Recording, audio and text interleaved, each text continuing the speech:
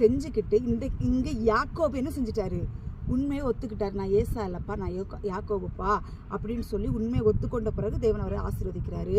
அங்கே ஆதாமும் ஏவாளும் என்ன பண்ணாங்க, சர்ப்பத்தின் மேலே பழியை சுமத்துனாங்க. இன்றைக்கு எல்லா பாவத்தையும் கொண்டு வர்றது பிசாசு நம்ம நினைக்கிறோம், கிடையவே கிடையாது. அவனுடைய தூண்டுதல் இருக்கும். மற்ற மாதிரி மனிதர்களுக்கு இந்த பாவத்தை வெறுக்கக்கூடியங்கிற விருப்பம் இருக்காது. செஞ்சுக்கிட்டு இந்த பன்றி, இப்போ நான் மெசேஜ் கொடுக்க வர்ற வழியில் தான் நிறைய பன்றிகளை பார்த்தேன். அப்படி வாடை கிட்ட நிற்கவே முடியாது, அவ்வளவு வாடை அடிக்குது.